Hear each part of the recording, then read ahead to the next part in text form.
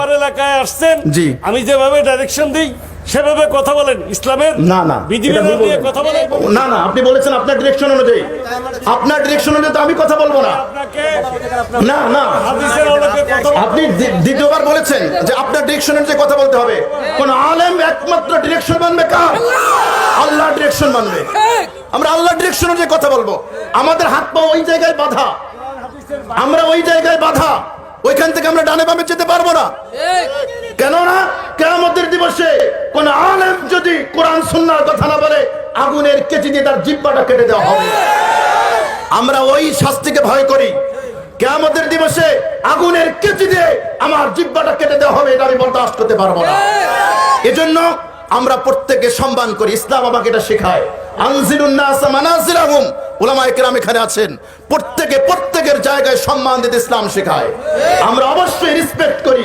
শ্রদ্ধা করি কিন্তু আমরা এই ধরনের কোনোদিন কোনো কথা আশা করি না যে মাহফিলে গেলে কারো ডিরেকশন মেরে কথা বলতে হবে আমাকে একজন প্রশ্ন করে বসেছে টক শোতে যে আলেমরা নারী বিদ্বেষী আমি বললাম তাই আলেমরা কি নারী বিদ্বেষী আপনাদের কি মনে হয় জোরে বলেন আওয়াজ দিয়ে বলেন না বুঝে না বলছেন বুঝালি বুঝবেন আমি বললাম আচ্ছা ঠিক আছে নারীকে অবমাননার যতগুলো ক্ষেত্র আছে আমি খুব সংক্ষেপে বলি বাংলাদেশে ধর্ষণ আছে না নাই আওয়াজ দেন ধর্ষণ আছে না নাই আমি বললাম ভাই ধর্ষণ কারা করে কয়জন হুজুর করে কয় হ্যাঁ এই জায়গায় হুজুররা একটু সেফ আছে আচ্ছা ঠিক আছে নারীদের আমি বললাম বিয়ে করার সময় যৌতুক আছে না নাই যৌতুক আমাদের সমাজের অভিশাপ নাকি আশীর্বাদ আরেকটা আওয়াজ দিয়ে বলেন অভিশাপ নাকি আশীর্বাদ অভিশাপ আমি বললাম ভাই বিয়ের সময় আলেমরা 100% যৌতুক নেয় আলেমরা 100% যৌতুক নেয় আপনাদের কারো আলেম জামাই আছে কার আলেম জামাই আছে একটু হাত উঠান তো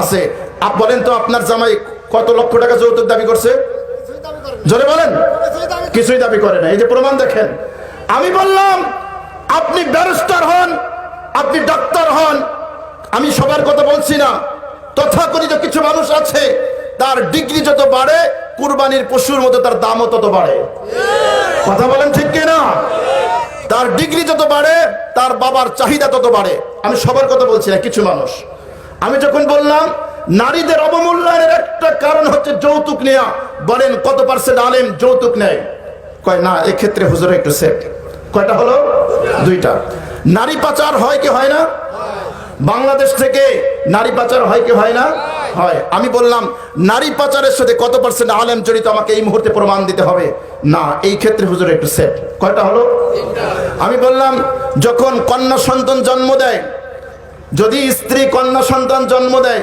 কন্যা সন্তান জন্ম দেওয়ার অপরাধে হুজুররা সব বউদেরকে তালাক দিয়ে বাপের বাড়ি পাঠায় দেয় এরকম ঘটনা রাজবাড়িতে আছে কথা কয় না আছে কিন্তু জেনারেল শিক্ষিত 3টা 4টা কন্যা সন্তান জন্ম দেওয়ার কারণে স্ত্রীকে পুত্রবধূকে শাশুড়ির হাতে ঝাঁটা পিটা খেতে হয় এরকম দৃষ্টান্ত আছে না নাই স্বামীর কটাক্ষ স্বামীর টিটকারি শুনতে হয় আছে না নাই আরে জোরে বলেন আছে না নাই আমি তো বলি ও আমার মা দাদি চাচি নানি যারা পর্দার আড়ালে শুনছেন মেডিকেল সায়েন্স দিয়ে আমি প্রমাণ দিতে পারবো কন্যা সন্তানের অপরাধে যদি আপনি আপনার পুত্রবধূকে ঝাড়ু পিটা করতে চান আপনার পুত্রবধূকে নয় ঝাড়ু পিটা করতে হলে আপনার পুত্রকে করেন আরো জোরে বলেন ঠিক কিনা কন্যা সন্তান হওয়াতে পুত্রবধূর কোনো হাত নাই হাত থাকলে আপনার ছেলেরা এটা আমি এখন ওদিকে যাচ্ছি না ওই টপিক আমার না পুত্র সন্তান দেওয়ার মালিক কে কন্যা সন্তান দেওয়ার মালিক কে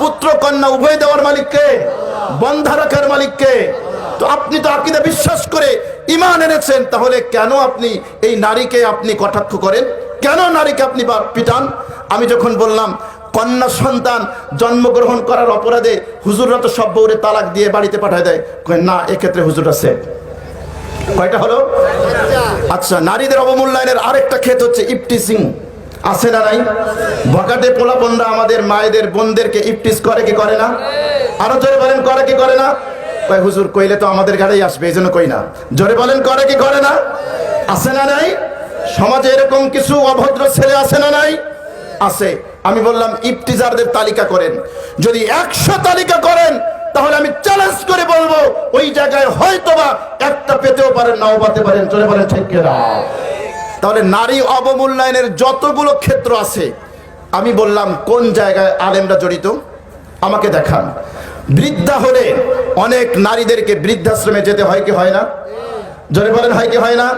আমি যখন তথাকথিত সুশীলদেরকে চ্যালেঞ্জ করলাম, যদি বাংলাদেশে যতগুলো বৃদ্ধাশ্রম আছে খুঁজে যদি দেখাতে পারেন একজন হক্কানি আলেমের মা বাবা ওখানে আছে, আগামীকাল ওই আলেমের বিরুদ্ধে আমি প্রকাশ্যে সাংবাদিক সম্মেলন করব, আমি প্রয়োজনে আদালতে মামলা করব। এরকম পারলে সাহস থাকলে আমার চ্যালেঞ্জ গ্রহণ করে। বৃদ্ধাশ্রমে কাদের মায়েরা থাকে? বড় বড় ব্যারিস্টার, বড় বড় ডাক্তার। খুঁজে দেখেন, চ্যালেঞ্জ করলাম, সেখানে কোনো আলেমের মাদের খুঁজে পাবেন না। চিল্লায় বলেন ঠিক কিনা?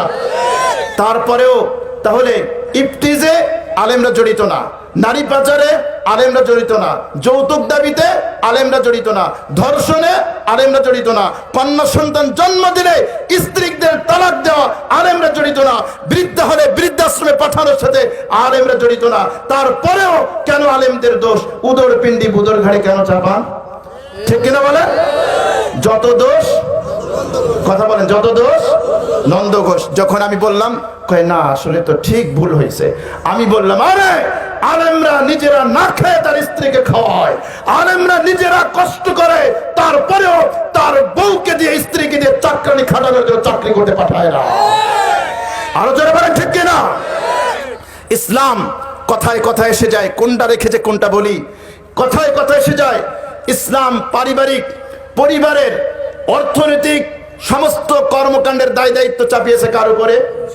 কথা কয় না, কার উপরে? পুরুষের উপরে। আমাদের অবলা নারী, ওরা আমাদেরকে নারী স্বনির্ভরতার গল্প শোনায়। আসলে নারী স্বনির্ভরতার গল্প শোনায় না, নারীদেরকে ঘর থেকে বের হওয়ার গল্প শোনায়। কথা বলেন ঠিক কিনা? আমি এক সুশীলকে বললাম, কি এক সমাজ ব্যবস্থা আপনাদের, যেই বোন আমার ঘরে বসে তার বাবাকে পানি আগিয়ে দিলে, চা তৈরি করে দিলে, খাবার রান্না করে দিলে, স্বামীর সেবা করলে, আপনারা বলেন মহিলা সেকেলে, বলে কি বলে না? মহিলা ব্যাকডেট বলে কি বলে না? সেই একই নারী যখন এয়ার হোস্টেস হয়, বিমানবালা হয়, বিমানবালার কাজ কি? সিট বেল্টটা বেঁধে দেওয়া। এই বিমানে ওঠা লোক এখানে নাই? এয়ার হোস্টেস বিমানবালাদের কাজ কি? সিট বেল্ট বেঁধে দিবে, আপনাকে চা এগিয়ে দিবে, আপনি খেয়ে দিয়ে ময়লা রাখবেন, সেই নোংরা ময়লাগুলো পরিষ্কার করবে। তাহলে আপনার মেয়ে যখন এয়ার হোস্টেস হয়ে ওখানে গিয়ে পরপুরুষকে হাসি দিয়ে তার নোংরা জিনিস পরিষ্কার করতে পারে, সিট বেল্ট বেঁধে নিতে পারে, এটা তোমাদের আধুনিকতা। সেই একই নারী যখন ঘরের কাজ কারবার করে, সেই নারী হয়ে যাবে সেকেলে। তোমাদের ডাবল স্ট্যান্ডার্ড নীতি কেন? কথা বলেন, ডাবল স্ট্যান্ডার্ড নীতি কেন? তাহলে বুঝতে হবে আসলে ওরা নারীর স্বাধীনতা চায় না, ওরা নারীদেরকে ভোগ্য বস্তু বানাতে চায়। আরো জোরে বলেন ঠিক কিনা? কথায় কথায় এসে যায়। এক সুশীল আমাকে প্রশ্ন করে বলছে যে ইসলামে নারী পুরুষের সমান অধিকার দেয় নাই। আমি বললাম পৃথিবীর সব জায়গায় সব মানুষের সমান অধিকার দাবি করা একটা অযৌক্তিক বিধান। ঠিক কিনা বলে? না বুঝলে বলেন ঠিক, জোরে বলেন ঠিক। পৃথিবীর সব জায়গায় সব স্থানে নারী পুরুষের সমান অধিকার, এটা দাবি করা অযৌক্তিক বিধান, হাস্যকর বিধান। উনি বললেন কিভাবে? আমি বললাম আপনার সন্তান কয়টা? কয় 4টা। আমি জিজ্ঞেস করলাম আপনার স্ত্রী পেটে ধারণ করছে কয়টা? কয় 4টা। আমি বললাম কেন? লজিক কি? সমান অধিকার হলে স্ত্রী পেটে ধারণ করবে কয়টা? কথা বলেন কয়টা? স্বামী পেটে ধারণ করবে কয়টা? কথা বুঝতেছেন? সব জায়গায় যদি সব জায়গায় সব ক্ষেত্রে সমান অধিকারের প্রশ্ন আসে নারী পুরুষ, তাহলে স্ত্রী সন্তান 2টা পেটে ধারণ করলে স্বামী পেটে ধারণ করবে কয়টা? 2টা। আমি বললাম আপনি 2টা পেটে ধারণ কেন করেন নাই? এটা তো অসম্ভব, পুরুষ কি সন্তান জন্ম দিতে পারে? আমি বললাম পুরুষ যেভাবে সন্তান জন্ম দেওয়া অসম্ভব, পৃথিবীর সব জায়গায় নারী পুরুষের সমান অধিকার বাস্তবায়ন করা এটা অসম্ভব। আমার কথা কি বুঝতেছেন? জিজ্ঞেস করলাম 4 ছেলেকে স্ত্রী দুধ পান করিয়েছে কয় বছর? কয় 8 বছর। কমপক্ষে কয় বছর? 8 বছর। আপনার স্ত্রী করিয়েছে কয় বছর? কয় 8 বছর। আপনি করিয়েছেন কয় বছর? কয় 1 বছর করি নাই। কেন? লজিক কি বলে? যদি সব জায়গায় সব ক্ষেত্রে সমান অধিকার চান, স্ত্রী 4 বছর দুধ পান করালে আপনাকেও পান করাতে হবে কয় বছর? বুঝতেছেন না কথা? কয় পুরুষে কি সন্তানকে দুধ পান করাতে পারে? এটা তো অসম্ভব। আমি বললাম এটা যদি বোঝেন অসম্ভব, তাহলে সব জায়গায় সব ক্ষেত্রে নারী পুরুষের সমান অধিকারের দাবি করা এটা অসম্ভব। জোরে বলেন ঠিক কিনা? আমি বললাম কিছু কি বুঝছেন? কয় না, কিছু তো বুঝলাম, কিন্তু কিছু কিছু বিধান তো আছে। আমি আরেকটা সহজ উদাহরণ দেই, তাহলে বুঝবেন সব জায়গায় সব মানুষের সমান অধিকার এটা কোনোদিন সম্ভব নয়। আমি উদাহরণ দিয়েছিলাম প্রেসিডেন্ট, তার জন্য একটা উচ্চ বেতন আছে না নাই? জোরে বলেন। ধরেন 3 লক্ষ টাকা। কয় লক্ষ টাকা? 3 লক্ষ টাকা প্রেসিডেন্টের বেতন ধরে নিলাম, 3 লক্ষ টাকা। বাইরে যখন বের হয় সেফটি আছে না নাই? সিআইডি, ডিজিএফ, র্যাব, পুলিশ আছে না নাই? আর্মি আছে না নাই? সেফটি আছে। এখন আপনার ধরেন প্রাইমারির একজন শিক্ষক, তার বেতন কত? ধরে নিলাম 20,000 টাকা। কত? 20,000 টাকা। এখন যদি প্রাইমারি শিক্ষক দাবি করে না আমাকে 3 লক্ষ টাকা বেতন দিতে হবে, যেহেতু প্রেসিডেন্টের বেতন 3 লক্ষ টাকা, আমাকেও দিতে হবে 3 লক্ষ টাকা। প্রেসিডেন্ট বাইরে বের হলে তার সামনে গাড়ি, পিছনে গাড়ি, ডানে গাড়ি, বামে গাড়ি, আমাকেও সেফটি দিতে হবে। বলেন এই দাবি যৌক্তিক নাকি অযৌক্তিক? জোরে বলেন, যৌক্তিক নাকি অযৌক্তিক? অযৌক্তিক। কেন? প্রেসিডেন্টও মানুষ, প্রাইমারি টিচারও মানুষ, তারও যে সুযোগ সুবিধা হবে, প্রাইমারি টিচারও সেই সুযোগ সুবিধা হবে। যদি আপনি সব জায়গায় সমান অধিকার বাস্তবায়ন করতে চান, প্রেসিডেন্টকে 3 লক্ষ টাকা বেতন দিলে প্রাইমারি শিক্ষককে 3 লক্ষ টাকা বেতন দেওয়া দরকার আছে না নাই? কথা বলেন, আছে না নাই? তাহলে প্রেসিডেন্টকে যে 3 লক্ষ টাকা বেতন দিল আর প্রাইমারি টিচারকে যে 20,000 টাকা বেতন দেয়, এটা কি যৌক্তিক নাকি অযৌক্তিক? যৌক্তিক। বলেন যৌক্তিক নাকি অযৌক্তিক? প্রাইমারি টিচার তার স্ট্যাটাস অনুযায়ী মর্যাদা পাবে, এটা যেমন যৌক্তিক। প্রেসিডেন্ট তার স্ট্যাটাস অনুযায়ী নিরাপত্তা পাবে, ভাতা পাবে, সম্মানী পাবে, এটাও যৌক্তিক। চিল্লায় বলেন ঠিক কিনা? আরো জোরে বলেন ঠিক কিনা? তাহলে সব জায়গায় সব ক্ষেত্রে সমান অধিকার বাস্তবায়ন করা এটা অযৌক্তিক নাকি যৌক্তিক? আরো জোরে বলেন না, যৌক্তিক নাকি অযৌক্তিক? অযৌক্তিক। তাহলে ইসলাম কি বলে? ইসলাম বলে ন্যায্য অধিকারের কথা। ইসলাম কি বলে? ন্যায্য অধিকারের কথা। ইসলাম বলে প্রত্যেকের ন্যায্য অধিকার দাও। স্ত্রীকে তার অধিকার দাও, স্বামীকে স্বামীর অধিকার দাও, মাকে মায়ের অধিকার দাও, বোনকে বোনের অধিকার দাও। চিল্লায় বলেন ঠিক কিনা? তাহলে অর্থনৈতিক কর্মকাণ্ড পরিচালনার দায়িত্ব কার উপরে দিয়েছেন? পুরুষের উপরে। তো কিছু পুরুষ নামের কাপুরুষ আছে, তারা স্ত্রীদেরকে দিয়ে চাকরি করায়। সবাইকে আমি বলছি না ভাই, তথাকথিত বুদ্ধিজীবী নামক বুদ্ধি প্রতিবন্ধী আছে, আমার মুখাতব তারা। আপনাদেরকে রাষ্ট্রযন্ত্র কোথায় আসলো? কথা বলতেছে রাষ্ট্রযন্ত্র কোথায় আসছে? রাষ্ট্রযন্ত্রে কোথায় আসছে বলেন? আপনি বলেন কোথায় বিপরীত আছে? আমি যেটা বলি সেটা আপনাকে শুনতে হবে। সেই লাইনই কথা বলে। আমার বক্তব্য শেষ হয়েছে? কিছু বলবেন? আমার বক্তব্য শেষ হয়েছে? হ্যাঁ, বক্তব্য আপনার। আমারটা বলো। আমার বক্তব্য কি শেষ হয়েছে? বলেন, আমি আছি। আমার বক্তব্য কি শেষ করছি আমি নারীর চাকরির? বলেন। আমার তো আমি শেষ করি না। আপনি তো মাঝখান দিয়ে কথা বলতে পারেন না। আপনি একটা চিরকুট লিখে দিতে পারেন, সভাপতি আছে তাকে বলতে পারেন যে এই বিষয়টা এরকম হচ্ছে। আপনি এভাবে কথা বলেন কেন? না, কেন বলবো না? আপনি আমি কি বলবো না বলবো সেটা তো আমার এলাকা। না না, এটা মাহফিলে এসছেন, আপনি তখন বলবেন ভাই ভাই আমাকে কথা বলতে দেন। শোনেন, আমি খুব ভদ্রলোক। না না, 4 টার্ম এখানে উপজেলা চেয়ারম্যান। অবশ্যই আপনার সম্মান আছে। বলি আপনি শোনেন, আপনার অবশ্যই সম্মান আছে। আমার এলাকায় আসছেন, জি। আমি যেভাবে ডাইরেকশন দিই সেভাবে কথা বলেন। ইসলামের না না, বিধিবিধান নিয়ে কথা বলেন। এটা ভুল বললেন। যখন আপনি রাষ্ট্রের কোন লোকের এটা আপনি ভুল বললেন। আপনি কথা বলতে চান, আপনার কথা বন্ধ হয়ে যাবে। এটা আপনি ভুল বললেন ভাই। আমি বলে দিলাম কথা বন্ধ। না, আপনার ডিরেকশন অনুযায়ী আমি বলবো না। আপনাকে বললাম আমি বলবো, আপনি বলতে পারেন। আপনি ধর্ম নিয়ে কথা বলেন। এটা ধর্ম নিয়ে কথা হচ্ছে। ধর্মের বাইরে কথা বলবেন না। ধর্মের বাইরে আমরা কোনো কথা কখনো কথা বলবেন না। কথা চলবে না, থেমে যাবে। কথা বলতে দেন, চাকরি করতে দেন। হুজুরের কথা বল, তারপরে শেষ হবে। আমি ভালো শেষ করব কথা। না না, আমি বাধা দিলাম এই কারণে যে আপনি মহিলাদের চাকরি কথা বলবেন না। তাকে কথা বলতে দেন। শুনছি আপনি এই কথা বলতে পারবেন না যে মহিলারা চাকরি করবেন না, এই ধরনের কথা বলবেন না। আগে শেষ করতে তো দেবেন, কথা শেষ করতে দেবেন না। উনি ইসলামের কথা বলছে, আপনারা বুঝতে বলছেন।